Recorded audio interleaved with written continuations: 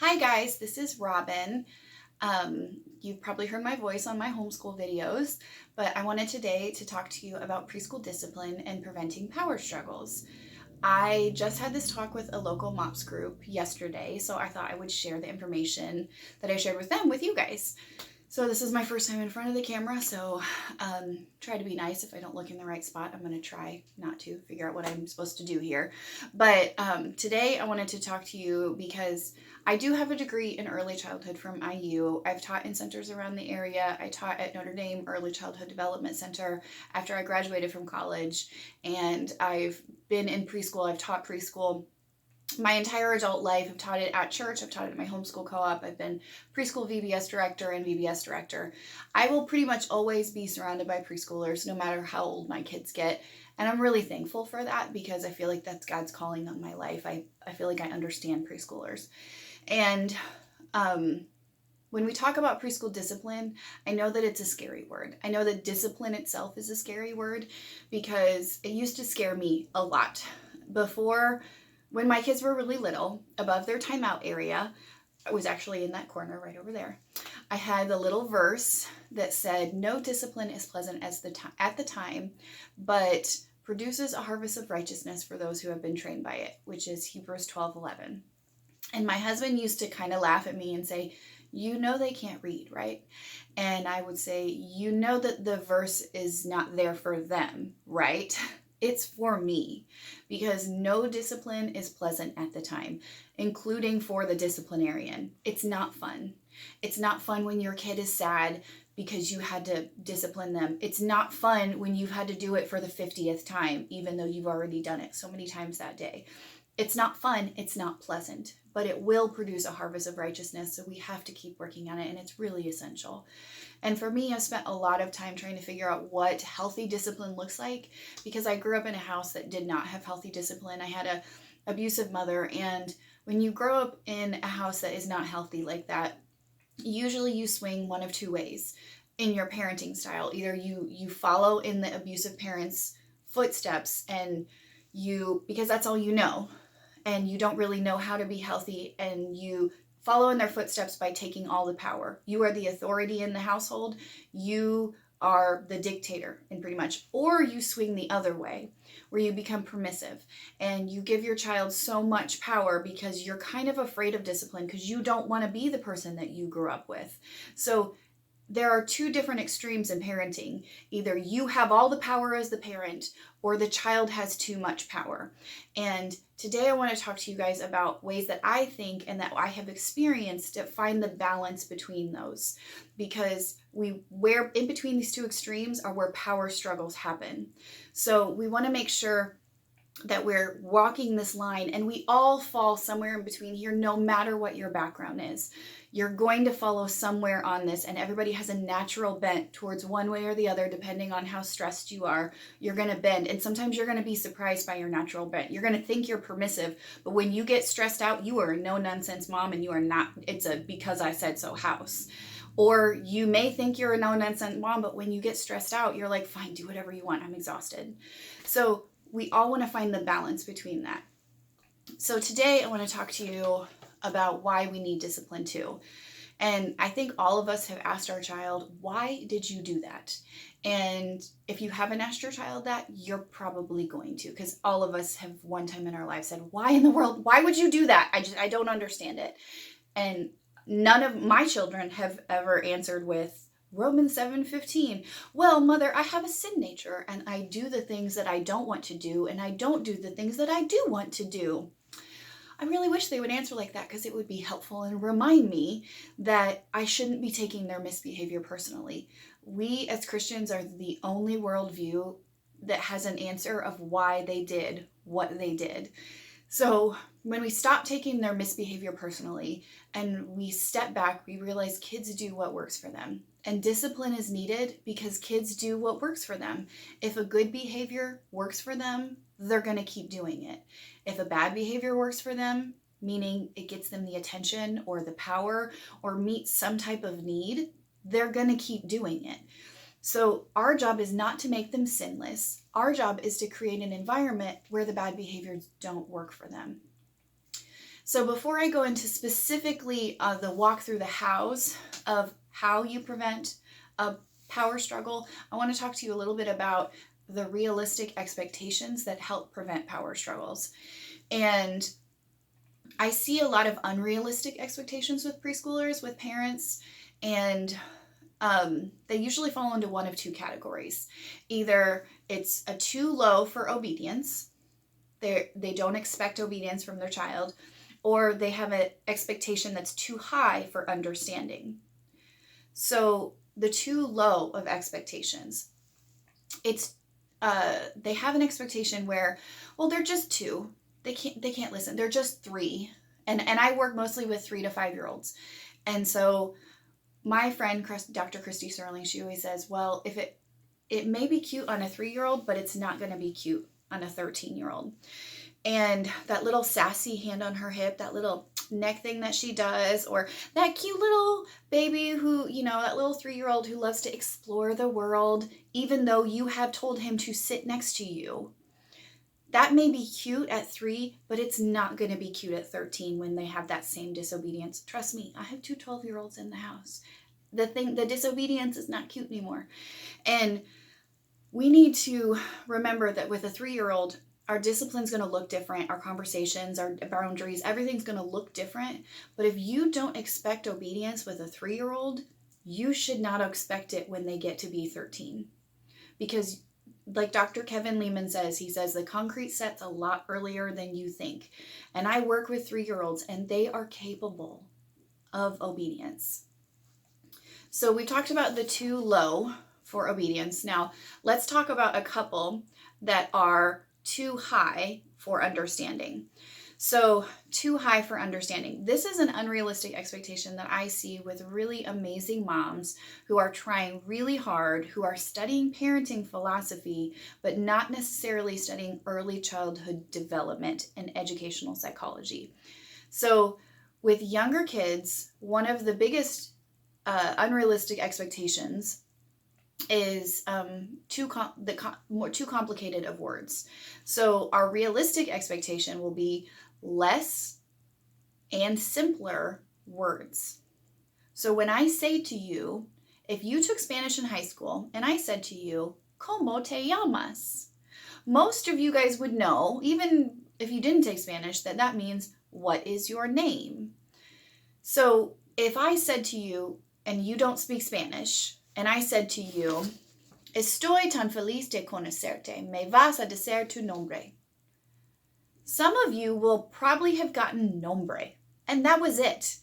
And you'll probably need to go to Google Translate, because that's what I had to do, even though I took 4 years of Spanish. But what I just said was, I'm happy to meet you. What is your name? It means the same thing as ¿Cómo te llamas? What is your name? But it's longer, it's more words, and it's more complicated. And we have to remember that preschoolers are like Spanish for high school students. They are getting the language. They have some words. They have some idea of conjugation, but they don't have all the words. They don't understand. They are not fluent yet in this language. And I'm not saying that you should dumb down all your words. Kids learn while we use vocabulary with them. It expands their vocabulary. It helps them learn more. But in a disciplined situation, if they cannot understand you, they cannot obey you. If I am talking to you in a different language, I need to make sure that I am looking at you, I am down on your level, I am using slow, simple words with you. If your child is playing in a different room and you scream at them or just use a loud voice in a sentence, they didn't hear you, they don't understand you. Don't take that as disobedience. Take it as an understanding issue. Multiple times I have to look kids in the eye and make sure that they heard me and make sure that they understood me. So if they can't understand you, they cannot obey you. So when I say simple, I also mean concrete. So when I say concrete, I mean not abstract.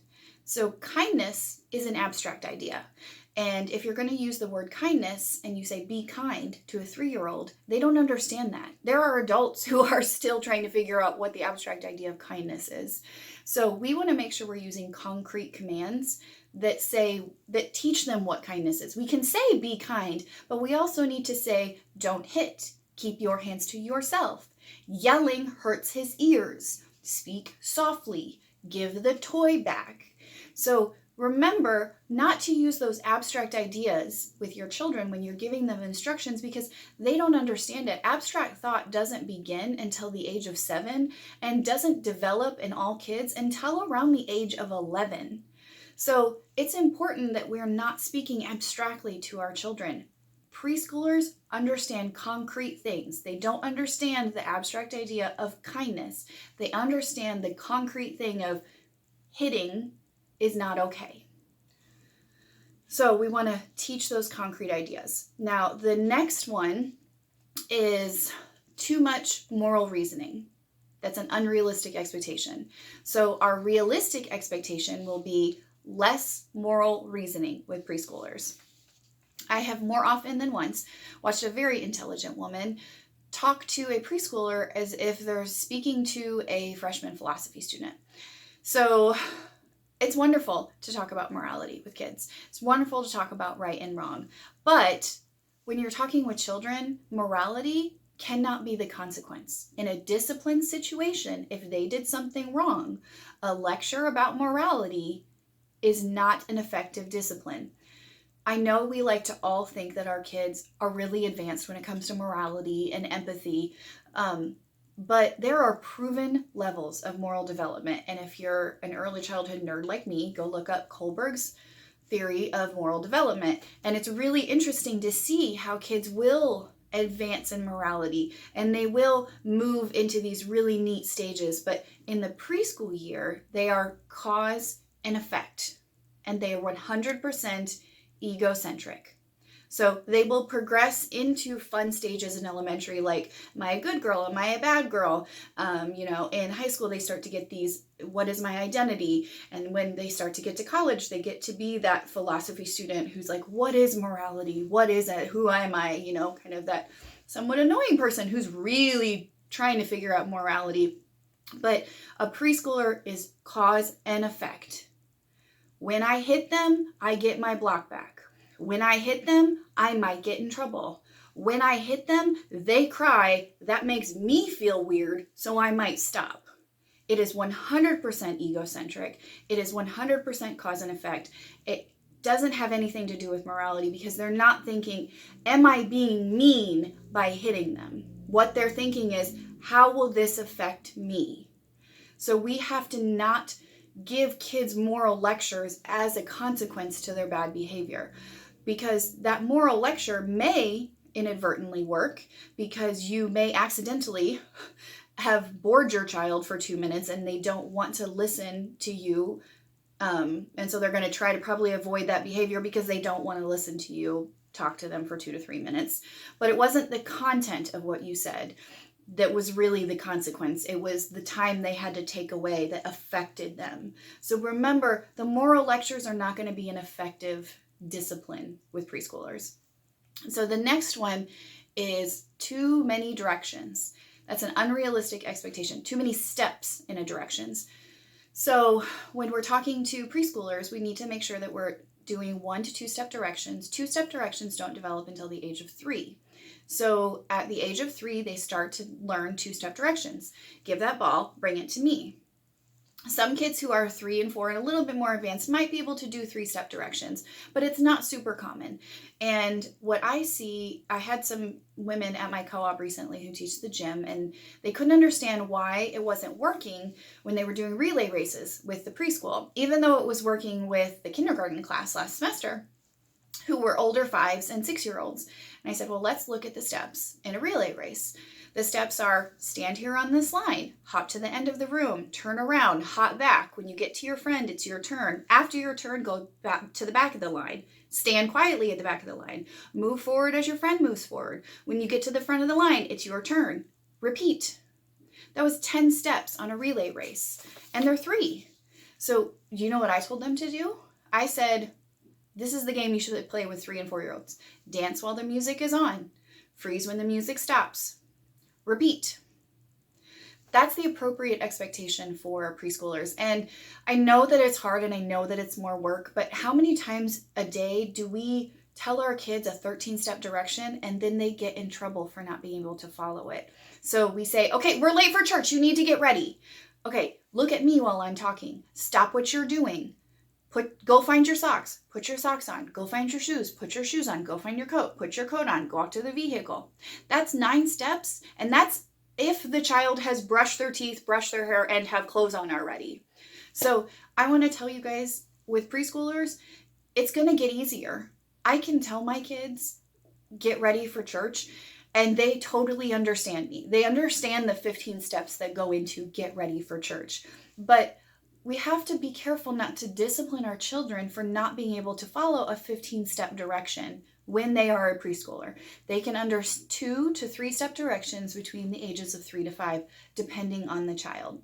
Slow down. It will actually create a lot less conflict in your day and less power struggles if you take the time and break down your steps in your directions. A 5-minute warning. Okay, a 5-minute warning is... So the unrealistic expectation is not giving kids the opportunity to have a warning about change. So a 5-minute warning is standard practice in most preschoolers, in most preschools. And I bet a lot of you guys already do some variant of this. Where's 5 minutes and we're going to leave? But I want to tell you why it's really essential and really important that you make sure your kids know in 5 minutes, I get down and I look at them and I usually say, show me 5. And I make them put the 5 fingers up and I say, in 5 minutes, we're leaving.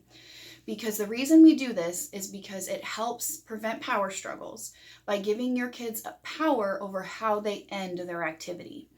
If somebody came into your house while you were in the middle of a project and said, we're done, it's time, you have to go to the doctor's appointment right now, leave the door, get your shoes on and go. You would be like, well, wait a second, I have to put my glue gun away. I was in the middle of cutting sheets of yarn or whatever, you were in the middle of a project and you would feel very disrespected. You'd feel like you didn't have any power and you would feel very grumpy at the person telling you that you have to leave right now. So we want to make sure that we're giving 5-minute warnings so that we give children the power over how they end their activity. So those are the unrealistic expectations. Now, the next thing I want to move on to is language with preschoolers. How we talk to our children can help prevent power struggles. Now, the number one thing that we can do to talk to our children is we can tell them what to do instead of what not to do. Now, if you were at work and your boss said, don't put those things in the red folder, will you be like, well, wait, do I put them in the blue folder? Do I hand them to him directly? Do I put them on his desk? Where do I put them? And remember, these children are not fluent in this language yet. They don't understand 13-step directions. So what we want to say is color on paper instead of don't color on the walls. Or you can run outside instead of don't run inside. Or bouncing is for the trampoline instead of don't bounce on the couch. Give them places they can do this. Give them power to do it somewhere else instead of robbing them of the power that they're doing it here. And I'm not saying that you shouldn't say no or don't, because no and don't are completely appropriate and children need to hear it often.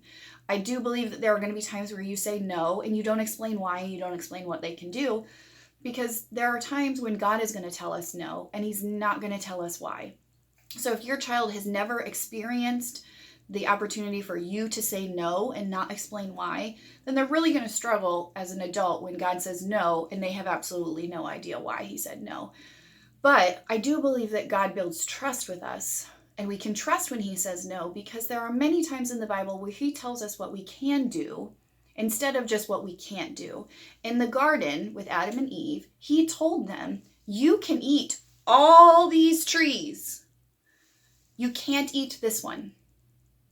So he did say what you can do, not just what you can't do. So it's totally appropriate to tell your child, don't run in the street. But it's also helpful to say, you can run in the backyard. Give them power over where they can do this activity. And that's going to help lower your power struggles. Now, language of choice. Language of choice is the meat of what I want to talk about today. I know it's been a long video, but language of choice kind of is where we find the balance between giving your children too much power or you keeping too much power. So this is a balance between where we're going to talk to our children in ways that find the middle ground. So how many of you have asked your children something or told your children something and ended it with the word okay and then regretted it? It's time to clean up, okay? What your child just heard, what you think you just said was, well, do you understand that it's time to clean up? But what your child actually heard was, is it okay if we clean up now? Especially strong-willed children, that's what they heard. And it's very important that we do not use questions when a statement is needed. I've done it before, and I've had to apologize to my kids and say, I'm sorry, that wasn't a question. That was a statement. It's time to clean up. And the reason we have to be careful about using a question when a statement is needed is because it gives your child power and then it takes it away from them. And so they're like, wait, I would like that power back. And so the best tool preventing power struggles is what we call language of choice. And language of choice always starts with an authority statement. Your power, your authority. Number one, it is time to clean up. Now, after the authority statement, you give a choice to the child of how they're going to clean up between A or B. It is time to clean up. Do you want to pick up the red or the blue blocks? It is time to clean up. Do you want to pick up the blocks first or the animals first? Now, other examples of this could be, it's time to go. Would you like to put your shoes on first or your coat on first? It's time to eat your dinner. Do you want to eat your green beans or your mashed potatoes first? It's time to go to your church class, your nursery. Do you want to take your stuffed animal or do you want to take your blanket in? You need to go potty. Do you want to go now or do you want to go in 5 minutes? We share our toys. Do you want to give it to her now or do you want to give it to her in 2 minutes? Or we share our toys. Do you want to give her 1 horse or 2 horse? So you're giving them power over something small while still retaining your authority. So it's not a choice to clean up. It's not a choice to share toys. It's not a choice to go to the potty. What they're doing is not a choice, but how they do it is. You are keeping your power while giving them some power. And anyone who's ever had a preschooler freak out about their shoes that they wanted to wear to church that day, we have to remember that that kid is not throwing a tantrum because they have an amazing fashion sense and those shoes go perfectly with that outfit. You may have that special child, but most of the time the reason they're throwing that fit is because they want power over what they're wearing. They have picked a power struggle and they felt out of control somewhere in their life, and this is where they choose to find their power. So we want to make sure that language of choice empowers your children to obey you while still retaining your authority. We're going to have high expectations for obedience. We expect them with a firm statement. We are expecting them to obey. But we're also going to have appropriate expectations that children want control and power over their life more than doing the right thing. So using the language of choice also helps communication. When they're really little, babies, you can say, do you want a banana or applesauce? And they can point. When they start using words, you can say nana or sauce. And even though they hate applesauce, you still give them the choice because it's teaching them they have power of words. I used to tell my kids all the time, use your words. We want to teach kids that clear communication has power. We want to teach them that words have power so that they're using their healthy communication for power. As they get older to 3 to 5, you can, do you want the red or the blue ball? That is incorporating concepts. Do you want 1 graham cracker, 2 graham crackers? So you're using choice to teach communication. You're using it to teach concepts. So if they don't go with A or B, the second choice is, usually they say, well, you say, do you want to pick up the blocks or this? And you're going to say, well, they're going to say, no, I don't want to clean up at all. So what you do is you repeat your choice and you say, it's time to clean up. Do you want to pick up the red or the blue blocks? And you repeat yourself slowly and you make sure that they heard you. And when I say repeat, I did not say explain. You do not need to explain your authority to a 3-year-old. You need to show it. And so I repeat myself, and then if they are not following through, usually, sometimes I have a kid who you'll say A or B, and they're going to say C. I want to pick up the orange blocks.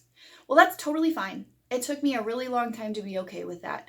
But I've come to the point where I've realized that there are going to be kids who always pick C. But as long as C does not contradict your first statement of it's time to clean up, it's fine. Give them the power over how they do it. What they're doing is not a choice. How they do it is. But if they have not chosen A, B, or C, the follow-up choice is going to be a consequence. Your statement doesn't change. It's still time to clean up. But your follow-up choice is no longer, do you want to clean up red or blue blocks? Your follow-up choice is now, it's time to clean up. You can choose to clean up, or you can choose a timeout. It's time to clean up. You can choose to clean up, or you can choose to be done with the blocks. And you put the blocks in the closet. It's time to clean up. Can you do it yourself, or do you need mommy to help you? And this is when you take their little hand and you help them put the blocks away. So these are clear choices that let them choose the consequence. You need to use the words, you're choosing a timeout, because mommy is not putting you in timeout. You're choosing a timeout. This is where we put the power of the consequence on the child. They are responsible for their behavior, their cause, their effect. And this is going to last them the rest of their life when we use the words, you're choosing to do this. You chose a timeout by not picking up the blocks. A helpful phrase when kids don't listen and they don't want to use their words, because I say you use your words all the time, because it's not going to be a perfect little thing, but they're going to, I don't want to clean up. Well, what I usually say is, your body is telling me. So I say, your body is telling me you need a timeout before you clean up. Your body is telling me the blocks need to go in the closet. And I put them in timeout, or I put it in the closet without saying anything else, because I don't explain. I repeat what I said. I repeat the choice. And then I say, you chose this. Your body's telling me. The reason I say your body is because I want them to know that communication of their body is communicating, and communication, they have power in communication. So consequences, really quickly. The follow-up choice is a consequence, but consequences with preschoolers need to be quick. They need to be immediately after. It shouldn't be you're going to bed an hour early, 6 hours later. It needs to be right after. It's better for it to be a quick consequence than a long consequence. It needs to be quick and right after, or they're not going to be able to connect cause and effect. They cannot cognitively do that. It needs to be natural when possible, meaning that if you throw a toy, you lose a toy. If you're mean to your friend, you don't get to play with your friend. If you don't wear a coat, you're going to be cold. Sometimes I let my kids bring on their own natural consequences. I keep them safe. If they don't wear a life jacket, I'm not going to let them jump in a pool, but I'm also not going to let them stay at the pool. They also need to be consistent. Now, some children are more compliant than others, meaning that if 1 out of 10 times they're going to get a negative consequence, then they're going to avoid that negative behavior because they're afraid.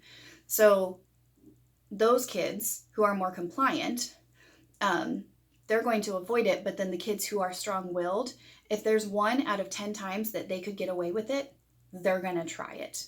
So that means that 10 out of 10 times, you need to be consistent with your consequence. You need to be consistent to make sure that it does not work for them, because kids are cause and effect, and they do what works for them. So cause and effect, consistency every time.